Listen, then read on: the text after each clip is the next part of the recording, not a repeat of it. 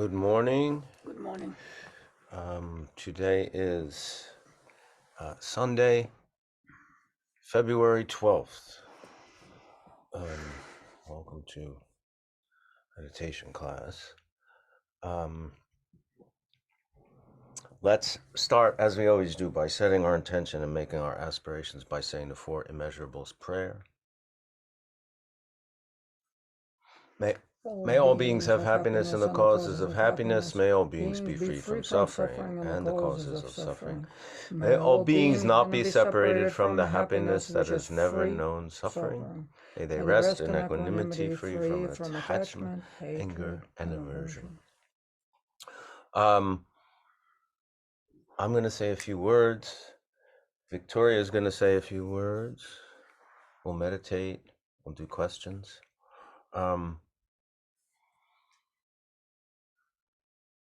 I just want to talk about a couple of little things.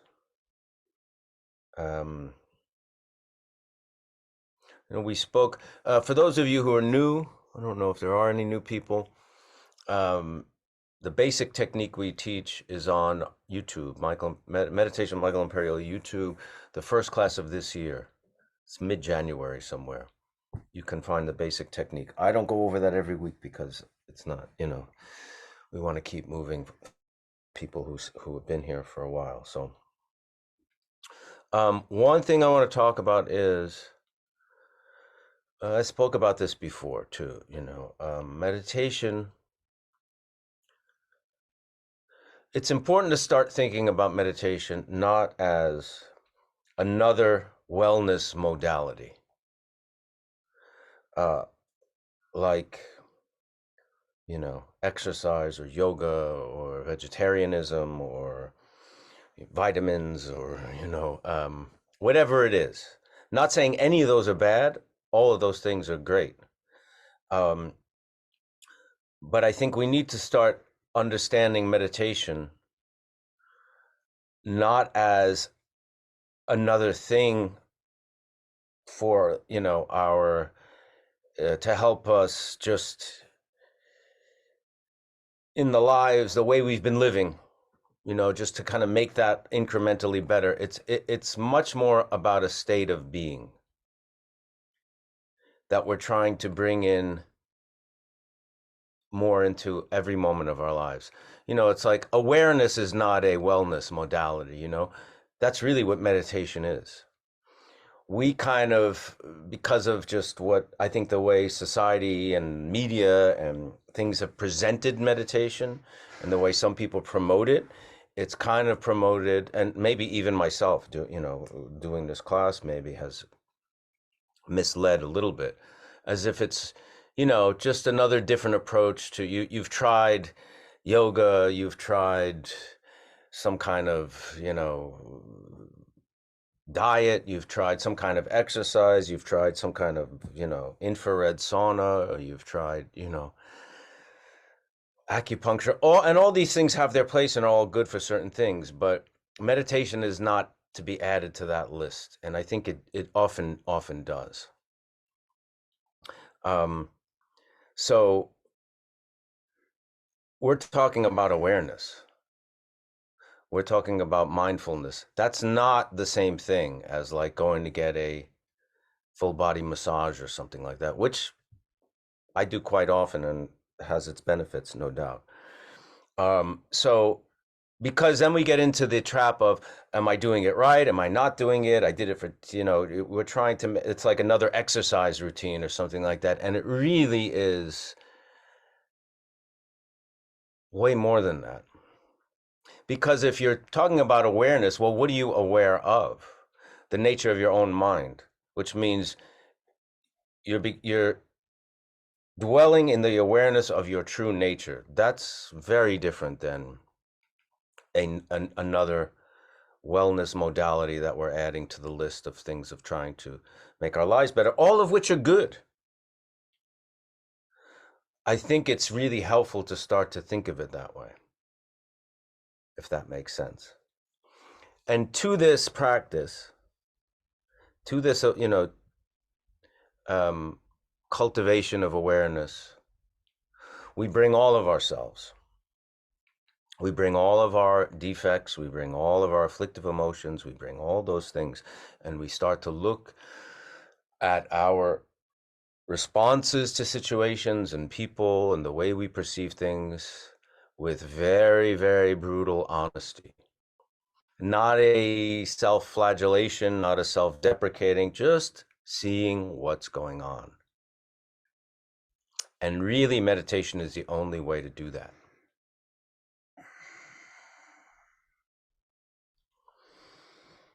Very often in this class, I know a lot of people come to this class because they have difficulties dealing with others, especially people close to them, family, close friends, close colleagues, and things like that, which are very legitimate reasons for coming to meditate, to coming to the Dharma, all that stuff.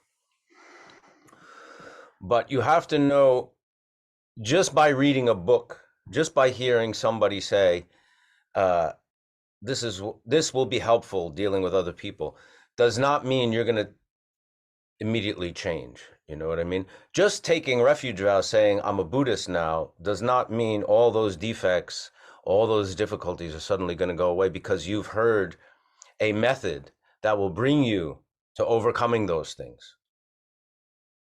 It's a process. It's a path. It takes time. It takes commitment. And it takes, you know, moving through those different phases of difficulty and then kind of understanding and, you know, getting it, then not getting it, one step forward, two steps back, all those things.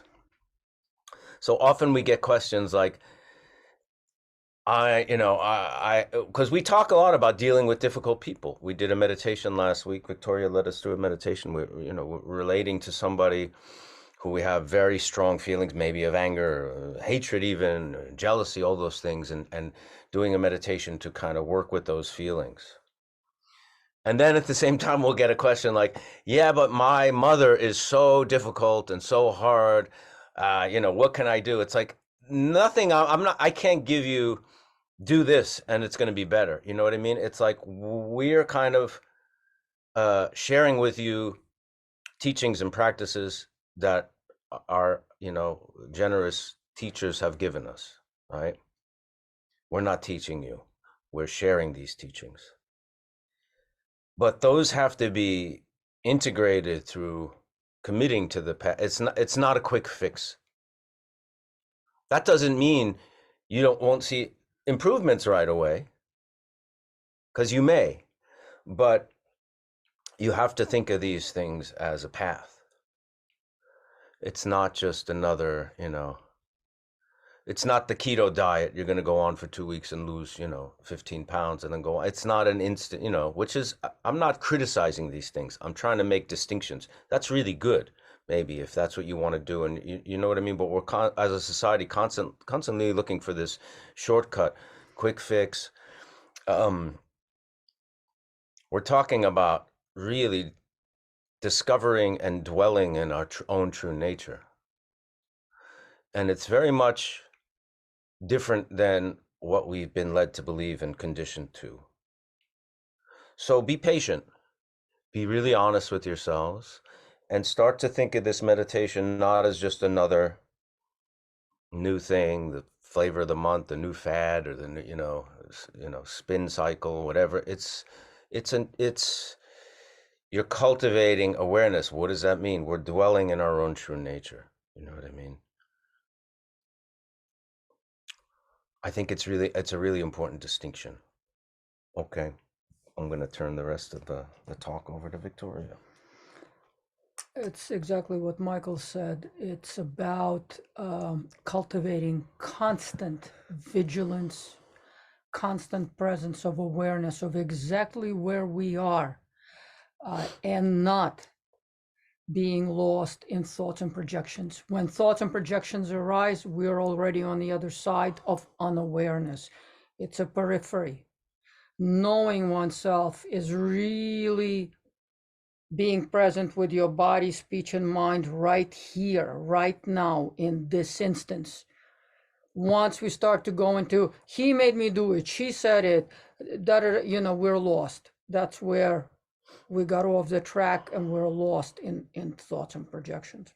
Anyway, so just to continue our conversation about how to deal with difficulties, illnesses, difficult jobs, lack of means and resources, and difficult people in our life. And when we're dealing with them, we have to start with the understanding that somewhere, sometime, we created causes and conditions for these things to arise right now.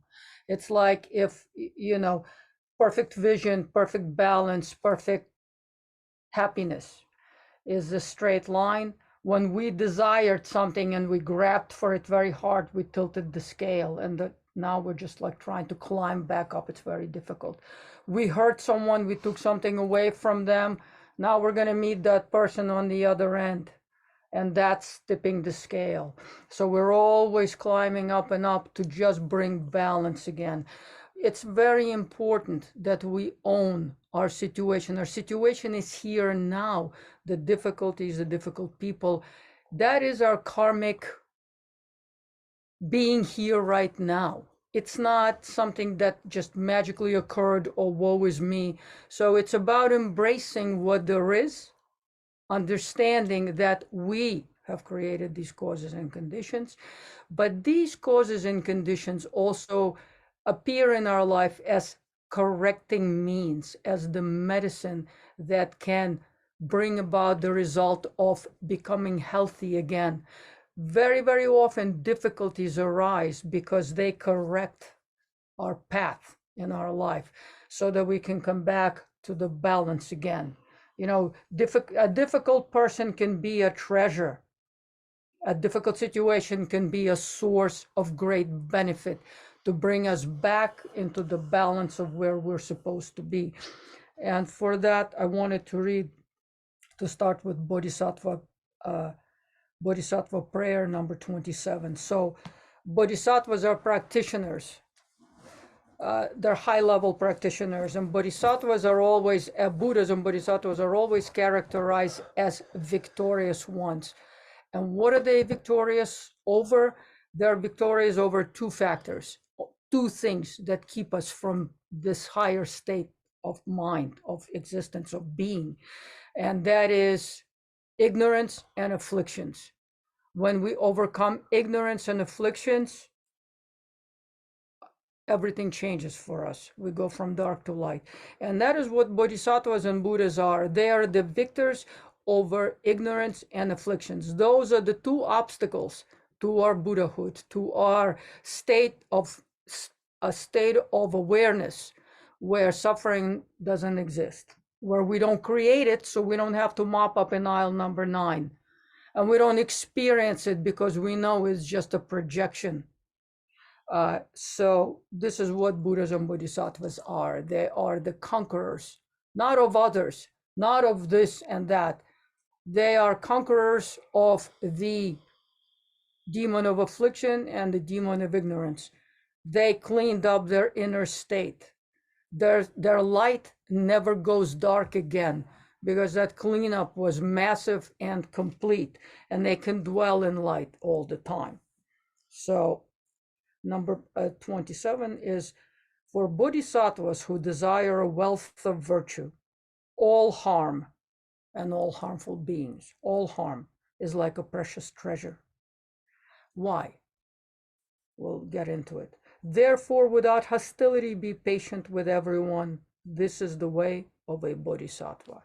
So why is a harmful situation and a harmful person is a treasure to bodhisattvas? Because they are aware that the situation arose in conjunction with the causes and conditions that they created for themselves. Nobody creates anything for us. Everything we experience is our mind. We are like complete creators of our own situation. That's why it is said, enemy and friend, or hated one and loved one, are creations of our mind. It is how we look at things. It is the way we are capable of looking through creating different capacity of looking at the world and experiencing our situation. And that's why in Buddhism, we have phrases like this, taking poison and transforming it into medicine. That's what it means. When you have a difficult situation and a difficult person, you have a situation where you can transform poison into medicine, right? Because it is only when we have a difficult situation can we actually turn on a real practice. We can really shine the light into our inner state. And when we take a difficult situation and we attempt to transform it into medicine, that's when we're actually turning on all of our capacity. That's when practice is actually happening. So today I wanted to speak about autonomy and loss of freedom, because we've been talking about what is an enemy, and discussing how an enemy and loved one, my object of desire and my object of hatred is nothing but me running toward desired objects and running away and hating and having aversion toward things that I experience as painful. So in speaking about autonomy and loss of freedom, I'd like to say that when dealing with anything in the world, but particularly with difficulties, difficult people and obstacles, situations that arise as obstacles, it is up to us how we shape responses and how we see things. There are two main modes. And within these two main modalities of mind, mental states, our state of awareness, infinite possibilities are possible. There's no one answer. There's nothing, or there's no really, there's not a text. There's nothing, we can use certain precepts, but we always have to know where we got off the path of clarity and autonomy, and where we lost our freedom by going into projections and narratives, where we become reactive. Others cannot bind us. They have no power to pollute us. They cannot take away our inner light of wisdom. Only we can do that to ourselves. Only we can allow ourselves to be polluted and to be dim and dark when we allow ourselves to become reactive, and we allow ourselves to drown in by entering through reactivity, by being triggered by others or situations into this darkness of ego and the experience of the world of others as a suffering and as a difficulty. Being faced with difficulties, we must always ask ourselves and look directly into our inner state. How is my mind? Bodhisattva practice number 36. Always look at ourselves. Look into our body, speech, and mind. Is my body okay right now? Is it peaceful? Or am I ready to strangulate someone? Is my voice in control? Or am I spewing things like, yes, but my mother's so difficult. My boss is the most. Watch the energy of our expression. And above all, of course, the source of everything is our mind, because the mind is like the movie projector that's projecting the movie out there. The movie is our own creation. Ignorance is like thinking that this movie that we're creating as a projector is a real thing. And we're sitting in the dark movie theater and we're watching a movie about zombies, saying the whole world is zombified. And we turn to the guy next to us and we bite him because our fear, our ignorance is making us very reactive. But if we grow up and we get on the side of knowing that the movie is a movie, it's projected from me, I am the projector, then we can kind of we're okay living with the movies, but we know them as movies. We don't, not like children, we don't duck when a dinosaur runs over the screen, and we don't bite when a zombie is eating some. We know we have projected these things. We know that we are the film and the projector, and even above that, and we haven't gone into these two areas yet. We're trying to just kind of know our place as the source of projection, and from trying to acquire our our freedom and our autonomy by knowing that, by not going into the movie as reality, quote unquote, because we know that we're projecting it on the screen. And then the projector has a thing which is a lamp. And if the lamp is not turned on inside the projector, there's no movie. The lamp is our awareness. And we are free to create any kind of movie. I mean, there are contributing causes to how we write the movie. So the lamp is the awareness. And even beyond the lamp is the electricity. These two further levels on the path to enlightenment are the things that we hopefully will be going through. We will be thinking about our awareness as the lamp, like this little, what are those bugs with the fireflies? Because like a firefly, our little lamp, our particular individual awareness shines into a little corner of dark space of reality, and we pick and put our attention into that space. But then there's a thing, how the firefly is even alive and operates. It's because there's electricity, and that is our Buddha nature. So nothing really appears on the screen, and the lamp is not projecting into any corner of the universe unless there is this source from which everything is projected. Secondly, the lamp, our little individual awareness, when we keep it separate from our ground awareness. And then now we look, today we're examining ourselves as the projector and the movie. So that is why I say others cannot bind us, because we're projecting the movie out there. What determines us are our habitual patterns.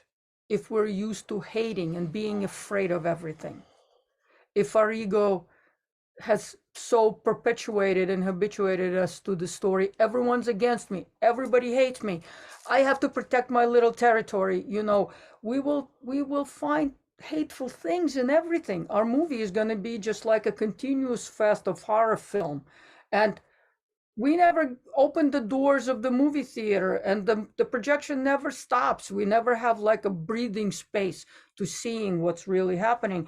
We don't even realize that we're projecting this because we're so caught up in these narratives, and they never end for us.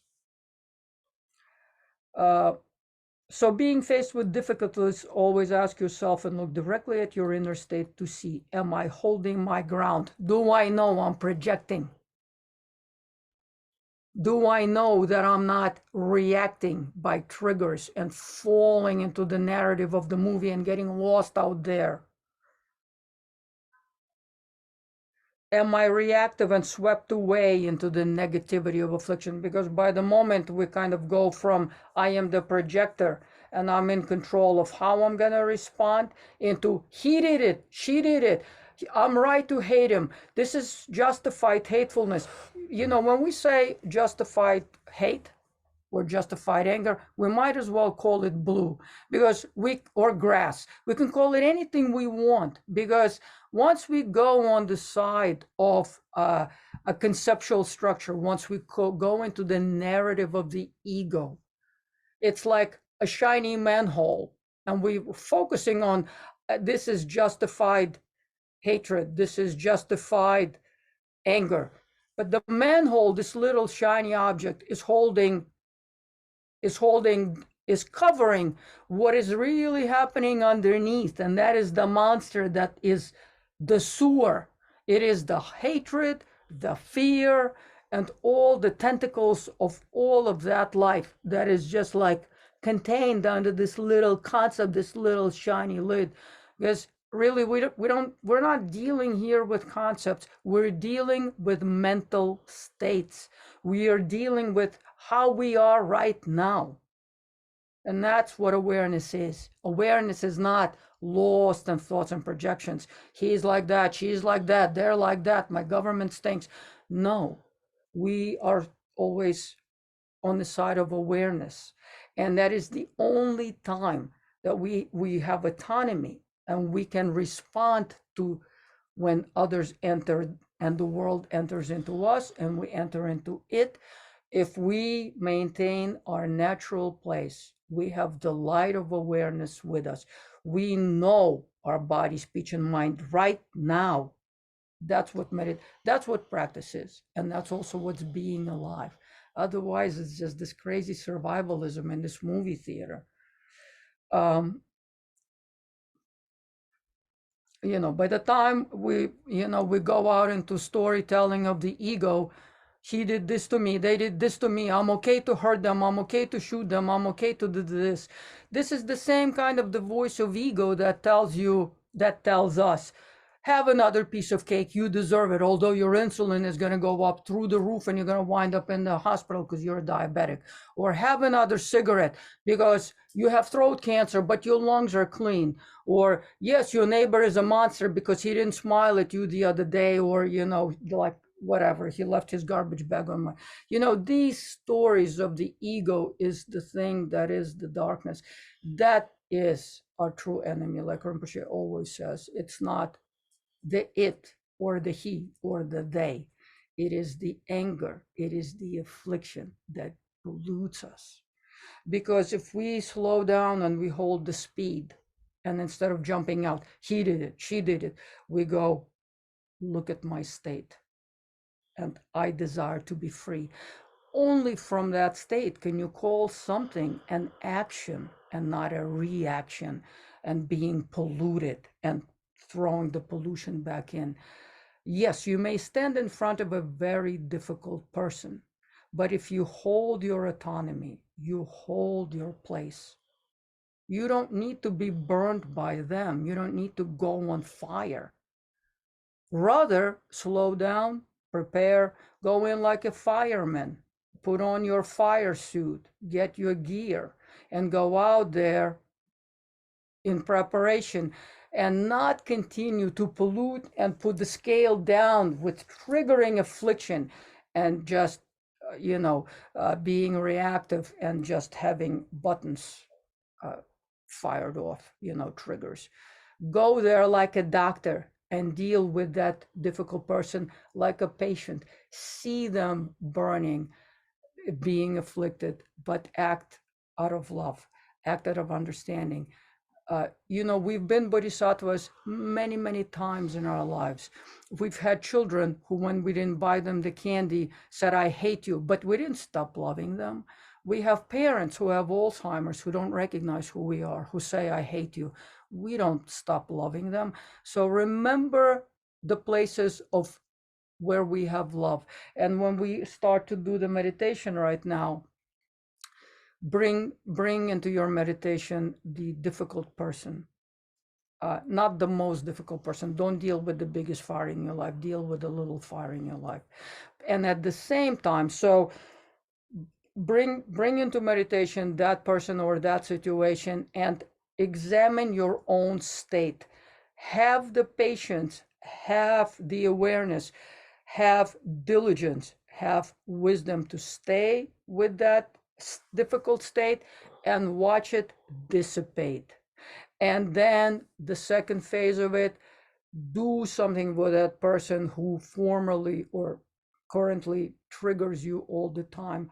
Remember that that situation is a part of your life, your narrative, and you can rewrite that narrative. You don't have to be triggered. You don't have to sacrifice your autonomy by through triggers and being afflicted by them. Rather than them having them pollute you, come with the light and clean up and mop up this situation and give to them the love by recalling how you love those whom you love in your life, and you collect the essence of that feeling, and then you project it to those difficult people through Tonglen.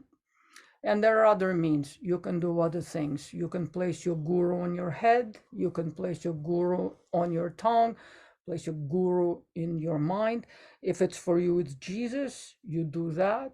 And then you shine the light out of your three places to that difficult person, to that difficult situation. You could do it with one person. You could do it with a country. And you could do it with the world. You can always go from small to larger scale, to larger scale. If you're dealing with a disease, a difficult, an illness, you pray for all beings who are going through that same thing, and leave that narrative. Why is it happening to me? Forget that baby stuff, the child who believes in the movie. Be an adult, have autonomy, come back to your mind, come back to your state, because we've had many, many lives, and we've gone through many, many difficult situations over and over again. But what we haven't done is dissolve projecting these difficult situations through simply being more fearful and being polluted. What we haven't done is we haven't held our autonomy intact, our mind and our awareness. So with that in mind, let's do you want to do six? You wanted to guide a meditation. Yeah. Do you want to do the 6 breaths first, because that's a very important tool for the us. 9 breaths. 9 breaths. Yeah. Sorry. Go ahead. No, you do it. No, you're guiding us today. We're gonna do the 9 breath meditation, because on the last breath, when we visualize our awareness free, pure, clear, as a green bindu, as a green little sphere in your heart, going through the central channel and merging with all. That's us becoming electricity, not just a little light bulb. And when we start the formal meditation and think of difficult situations, we always reconnect with that. So with that in mind, we're going to exhale on 3 times our anger, 3 times our desire and addiction, and 3 times through the central channel, we will exhale ignorance.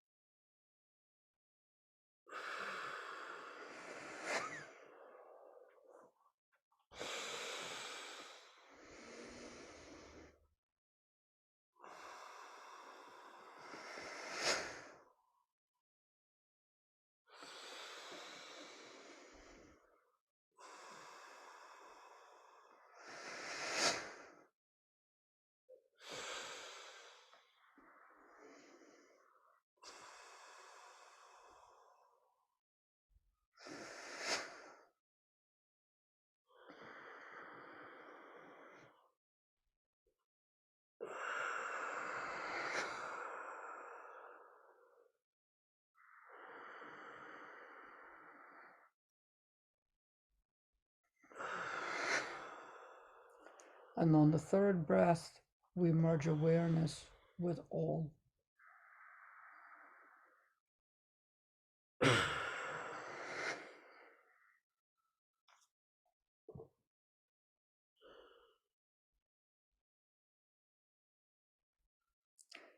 And we experience not being separated from everything. We experience complete openness and wellness.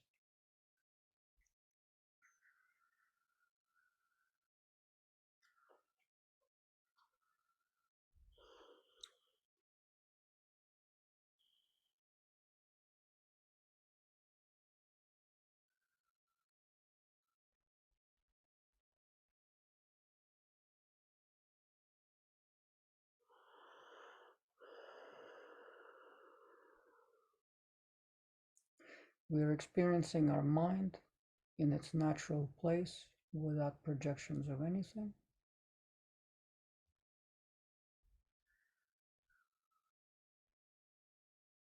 And in that space, we can watch movement, thoughts arising, and thoughts dissipating.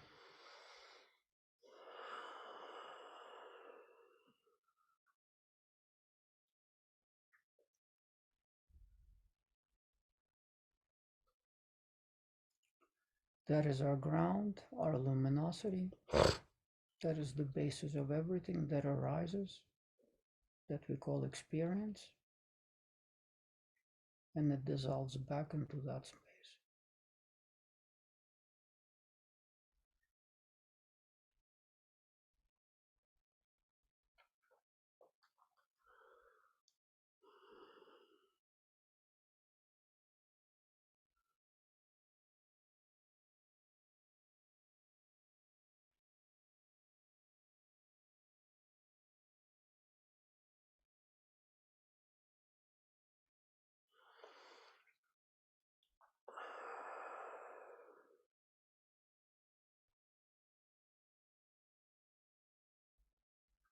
In that state, we can visualize inhaling light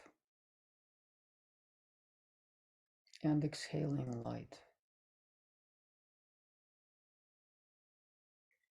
without feeling inner and outer.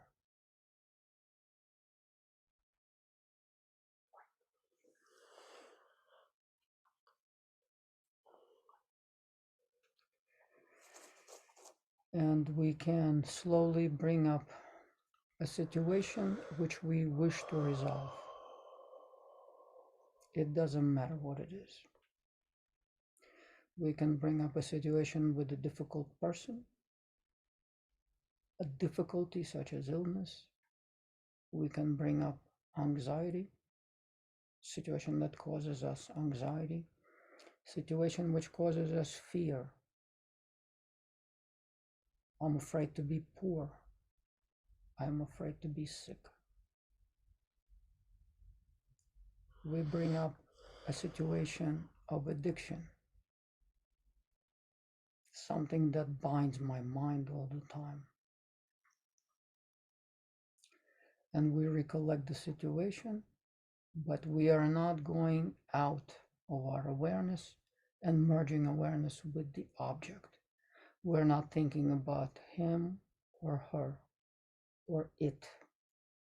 We're simply staying with the state which we need to dissolve, which we need to clean and transform.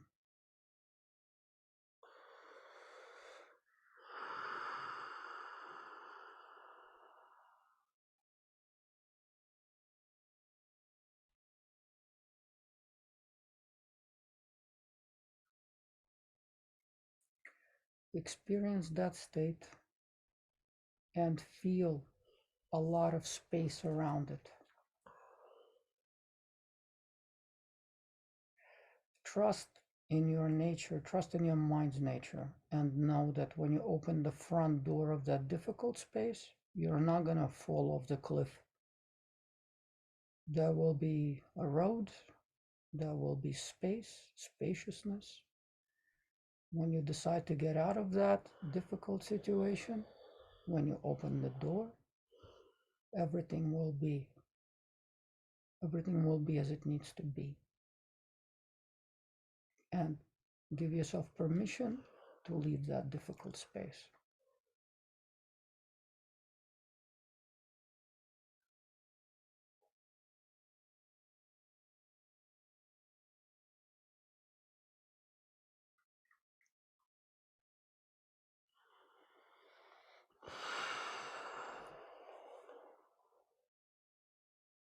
You make a vow that you wish to dissolve that difficult space.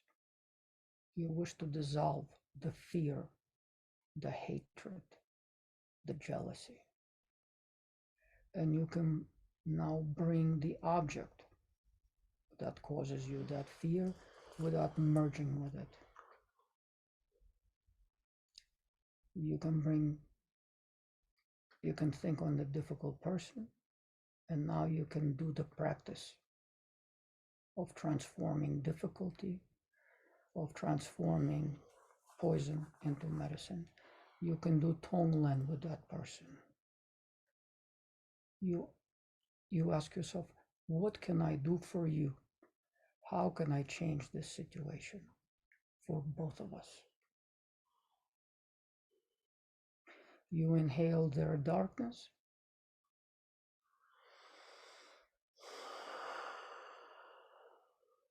and you inhale into them pure white light.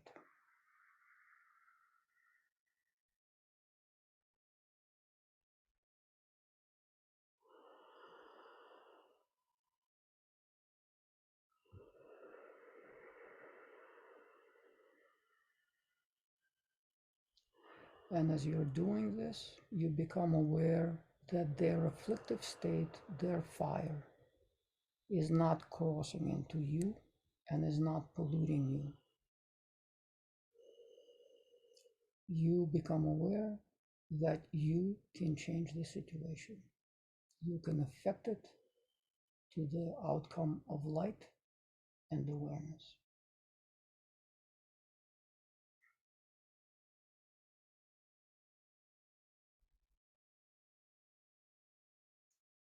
You can visualize your teacher on the crown of your head, on your tongue, and at your heart, body, speech, and mind. And you can project light out of that toward that person.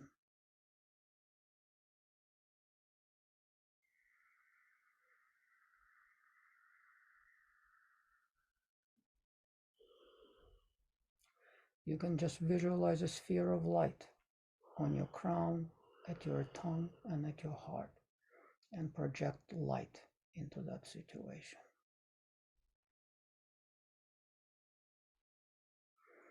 If you're dealing with a difficult disease, you're doing Tonglen for all beings who are suffering that same thing right now.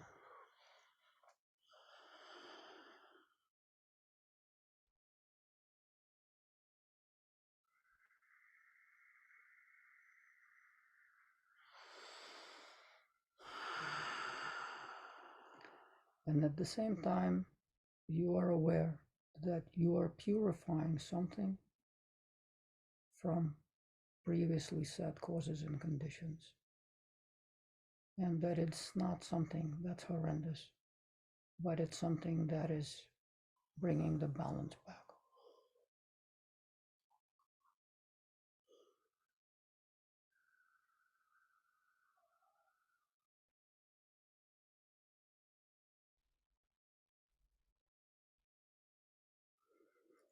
Again, reconnect to that consciousness merging with space or with all.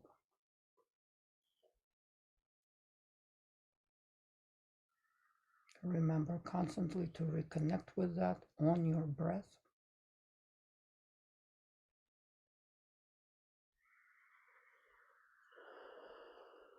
Remember when you're conscious and connected to your inner state, you can weather the storm of any affliction, and you have the power to watch it subside.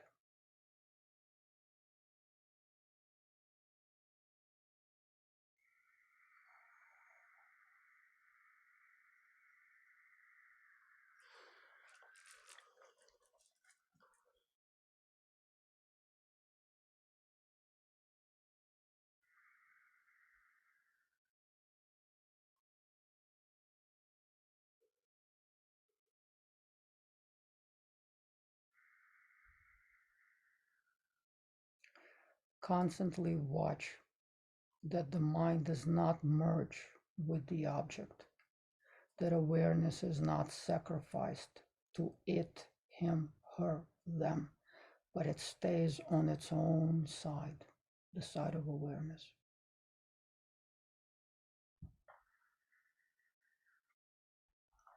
Awareness on the breath, inhaling purity,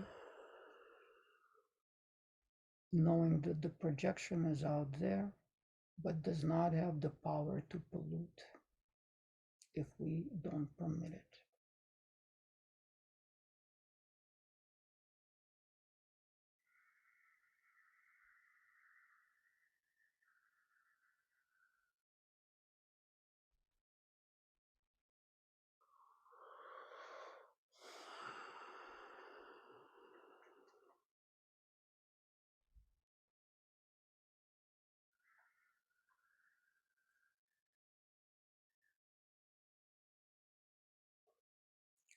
Continue to do Tonglen, inhaling the light into the difficult person or situation, inhaling the dark and exhaling the light.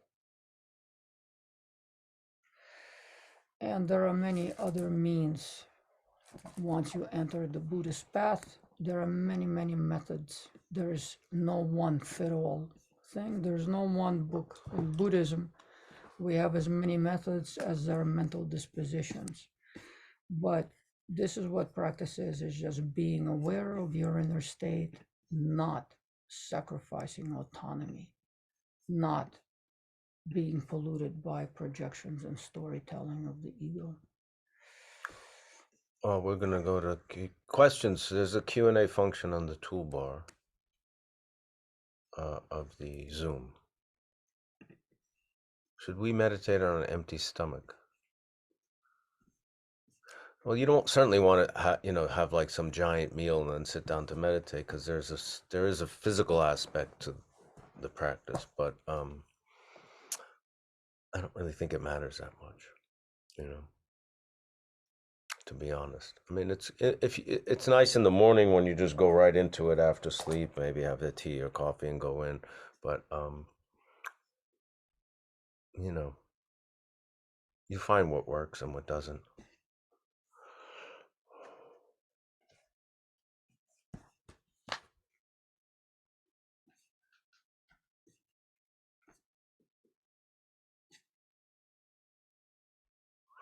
Is meditation a whole life process? Feel like that since it's combined to my treatment for depression, which is a life process.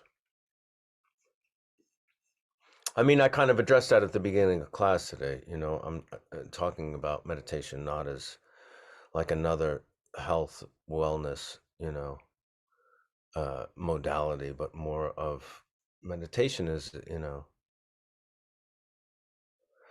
dwelling in the true nature of your mind. It's, being in a place where you're stripping all these conditioned habitual responses to everything all the time and dwelling in the true nature of your own mind. So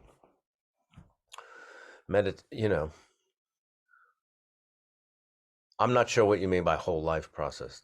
That's what I'm saying. I mean, I don't think we need to define it as that or not. I think we need to do it and just see if it works. When you say that you feel that it's working well as a routine, then there you go. I think that says it all. Combined with your treatment for depression, sure. And if you have a clinical depression, clinical diagnosis with anxiety or something like that, we always encourage you to have some kind of professional, psychiatric or psychological help. You may need that, or especially with addiction, things like that. And often those practitioners, those health professionals, mental health professionals often suggest this, meditation. Also, I think just to add a small point is meditation can take you to a lot. It's a very vast road all the way to enlightenment, to awakening the utmost capacity of our awareness. So just thinking of practice as a path, as something that keeps moving toward some kind of a direction, to help you, obviously.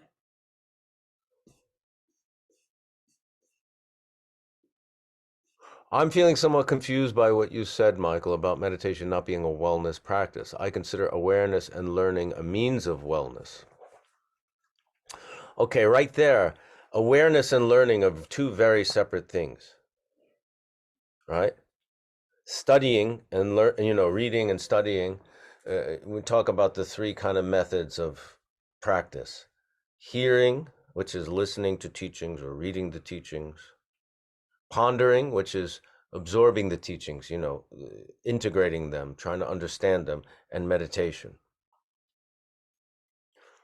When I'm saying it's not a wellness practice, I'm saying rather than look at it like something, like a wellness practice, like yoga or massage, like you say, you understand it's not that. But meditation, rather than an act of doing, is a state of being.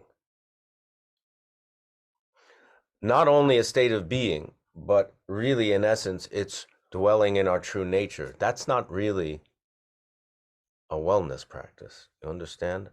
Sure. Does it make you feel better? Does it make you feel well? Maybe, but what I'm saying is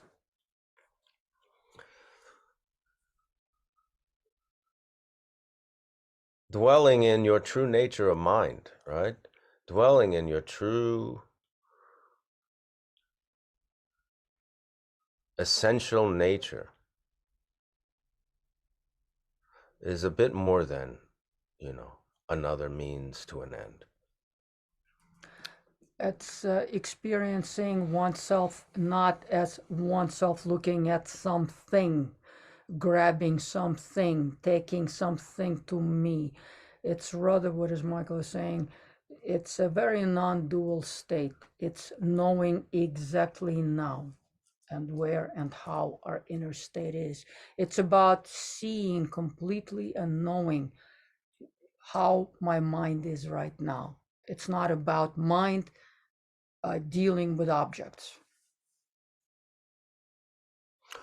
Millions of people where I'm from are going through unimaginable suffering due to a natural disaster, and it makes me feel depressed. How do Buddhists position themselves against the suffering in the world? I don't think Buddhists position themselves against suffering. Buddhists are aware that in life there's a lot of suffering. Some of it's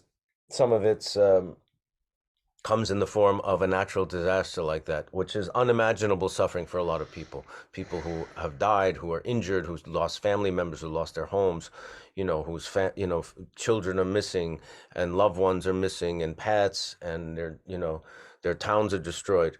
Yes, of course, that's unimaginable suffering. And it makes you feel depressed? Of course it does. We as Buddhists understand that life is impermanent and that and completely unpredictable. I'm sitting here doing this class, and when this class is over, I might die. I don't know. I don't know that. Um, how do you deal with something like that? Well, maybe you want to help. Maybe you want to donate money. Maybe if you're there, you want to join a rescue team. I mean, that's of course, one way.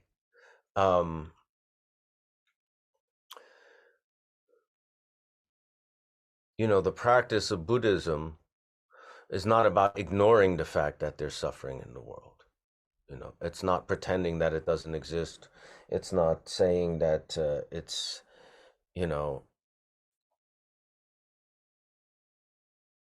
something that'll never touch us or that we don't have to deal with. But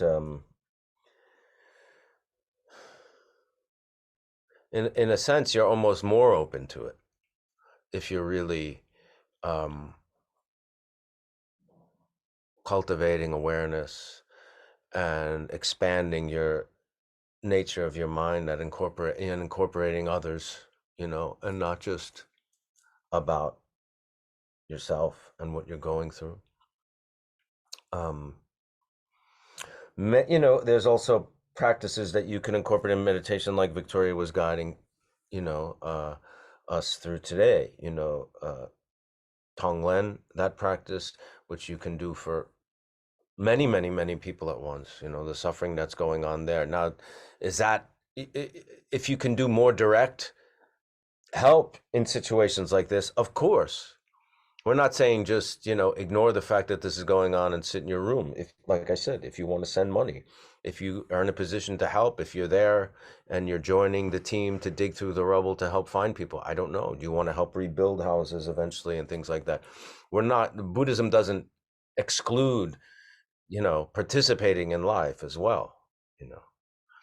Does it make you feel depressed? Of course. Of course. Our heart, Buddhism kind of opens your heart to those things as well. Do you want to add to that? I think as practitioners, the important thing for us is not to respond to the suffering of others, is what is, just what is my particular response, and dwell in, in my little subjective kind of a place, but rather It's being completely open to what there is, to the suffering of others, and trying to find how do I, my means and my ways of trying to tip the scale from suffering to balance. It's always about what can I do for them. So it's important to watch the mind, that the mind doesn't just stay in my own little place with my own little feelings, but rather is open to the suffering of others, and finding a way of doing to rebalance that pain and to rebalance that suffering, not focusing on one's own suffering so intensely, but always including all others. If we are going through suffering, we include others. Right now, we should all be praying for all the people in, who have suffered this horrendous catastrophe to countries, and for all their grief and loss, and doing Tonglen to alleviate their suffering. How do I not use the material world to meet spiritual needs while at the same time enjoying things like fashion and decoration? We don't have to be close to the world. What's important, we had a teacher who always said at the beginning of every teaching, he said, it is not the objects that bind us. It is the afflictions that bind us. It is the craving and the desire that binds us. It is not the food that we eat, but it's when we're eating a cake alone in the closet and gorging ourselves. That's what binds us. When our mind is sacrificed to the object of desire, to the object of hatred, to the object of jealousy, that's when that's when we're lost. It's dealing with the affliction. It's not dealing with objects. If our relationship to the object is balanced, it's not out of control, it's not addictive, it's not destructive, there's no reason why we cannot enjoy it. But we must make sure that it stays with joy rather than an addiction, and becomes about how much stuff can I put into my closet, even if I am sacrificing all my means to it, and then tomorrow I will feel a lot of suffering? Or does it become about how do I look in the eyes of others rather than just enjoyment? So, as I said, it's always about watching the inner state. It's not fusing awareness with the object, because it's not the objects that bind us. It is the afflictions that bind us. Our enemies are afflictions. They're not things in the world. On the contrary, we want to be completely open to the world. We want to experience, but at the same time, you always have to understand that when we're having joy, say it to yourself right now. Say it to yourself, I'm not going to crave and become afflicted and addicted to it and want more, more, more, more, more. And when we're enjoying things, for example, ordinary things should also become time of practice for us.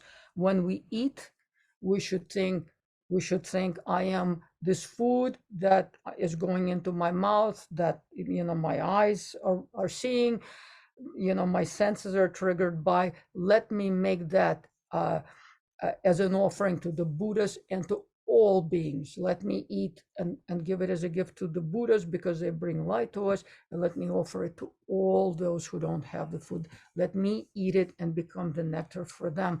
This way we don't become bound by food. This way we don't become bound by other kinds of things. How do we deal with injustices and suffering of the world around us? Feels constant. I feel depleted by current events. How do I change these feelings to better help these issues and not feel weighted down? I feel strong and powerful, but it can be hard to balance. I mean, that was kind of addressed in the question about, the earthquake in Turkey and Syria. There's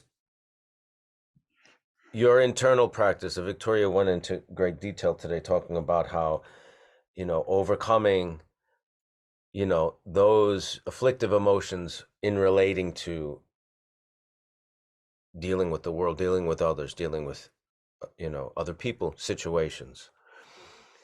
Then there's the activity. If you want to help with the injustice in the world, you can, be an activist, run for office, vote, volunteer,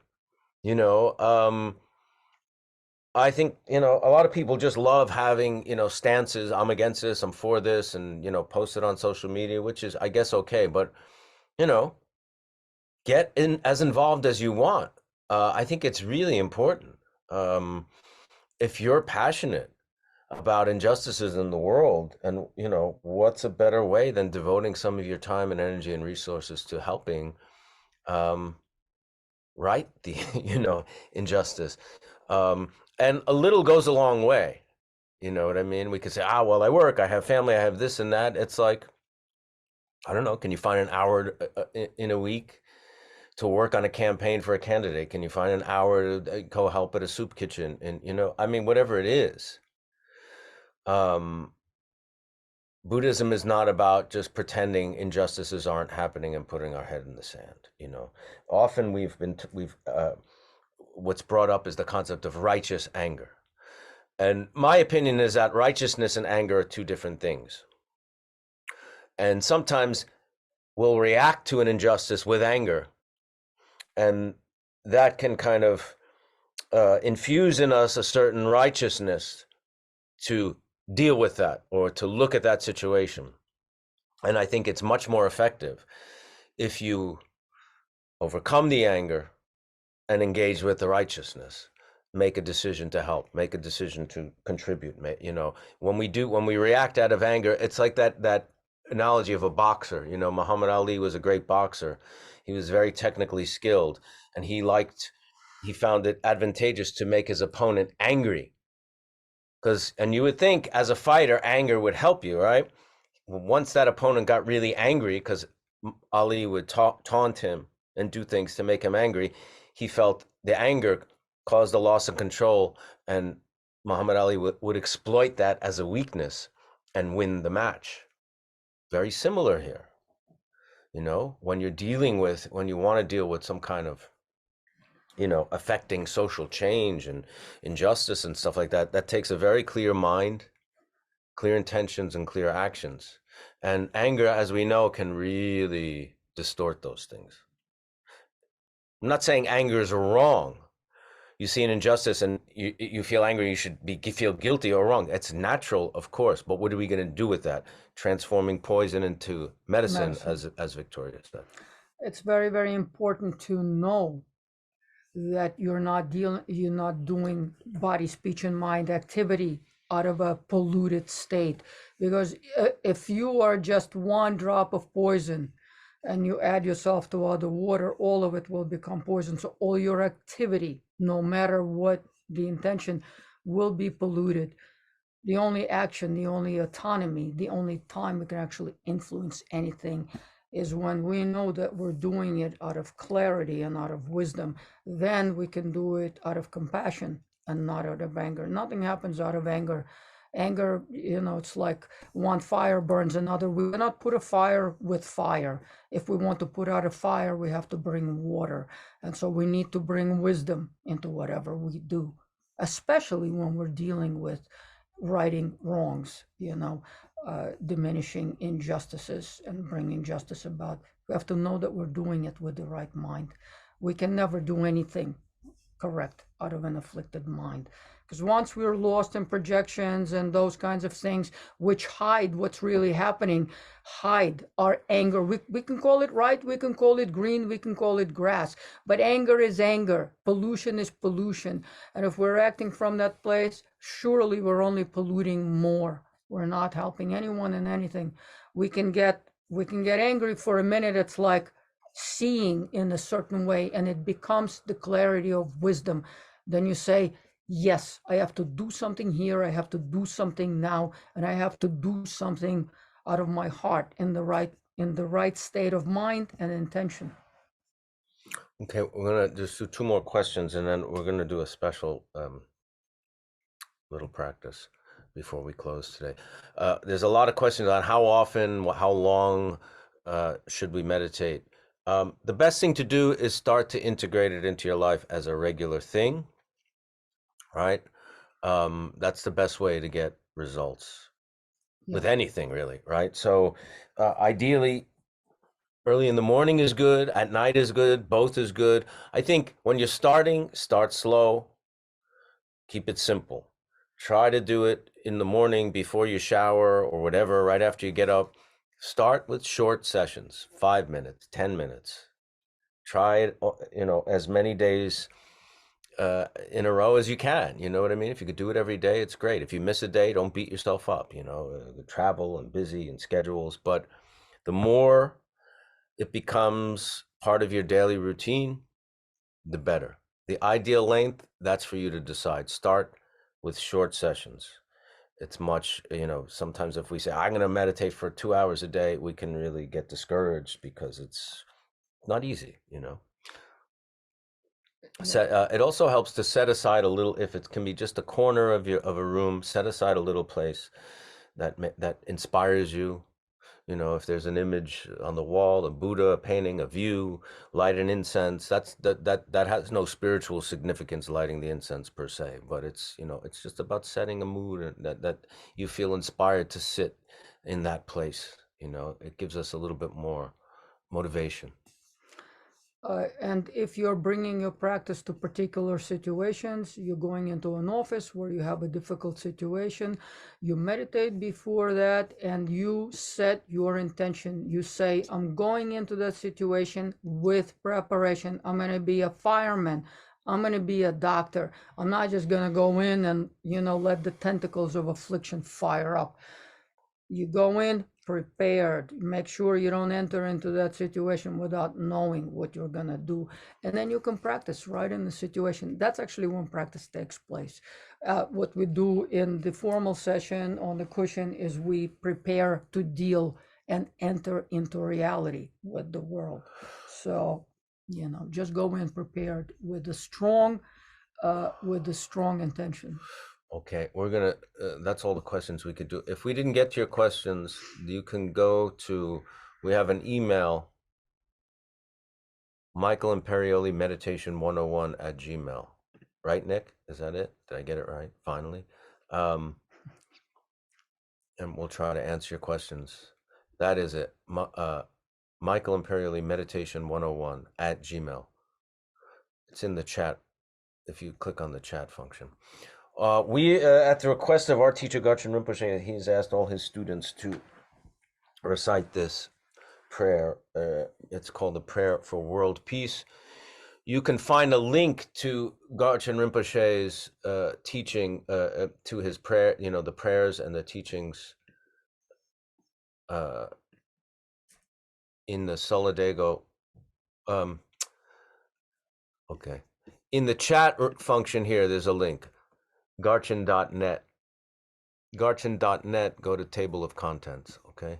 But here's the World Peace Prayer. We're going to say this now. Yes, and I just wanted to say that Rinpoche asked us to say this when the earthquake happened. It's for bettering condition of the entirety of the world and of course for benefiting people in the most dire situations right now. So we're going to say this prayer, then we're going to dedicate the merit of today's session for the benefit of all beings. To the unfailing sources of refuge, the three jewels and the three roots, and especially Chenra Zig, the protector of the land of snows, to noble Tara and Guru Padmasambhava, I pray. Please remember your sacred pledge of former times. Please grant blessings that this aspiration be entirely fulfilled. In this dark age of decline, the thoughts and actions of beings are corrupted, and the balance of the outer and inner elements is lost. Through these causes and conditions, humans and animals alike are seized by epidemics and diseases unknown in the past. They are struck by planetary demons, nagas, evil spirits, dark forces, and elemental spirits. Crops are damaged by blight, frost, and hail, and there is fighting and dispute. Untimely rains, heat waves, and droughts in the world, fear of earthquake, fire, adversaries, and natural catastrophes, and in particular evil hordes that turn the teachings and so forth, cause harm and violence throughout the world. May these be swiftly pacified and vanquished from their very roots. In the minds of all beings, human and non-human, may precious and supreme bodhicitta arise naturally. And free of harmful thoughts and actions, may the minds of all be filled with love for one another. May the entire world enjoy abundant happiness and wealth. May the Buddha's teachings spread far and endure long. by the truthful power of the three roots, the the Buddhas Buddhas and and Bodhisattvas, Bodhisattvas, by whatever virtuous virtuous roots there are in samsara and nirvana, and by the power of our highest pure intention, may this aspiration be fulfilled. And now dedication of merit.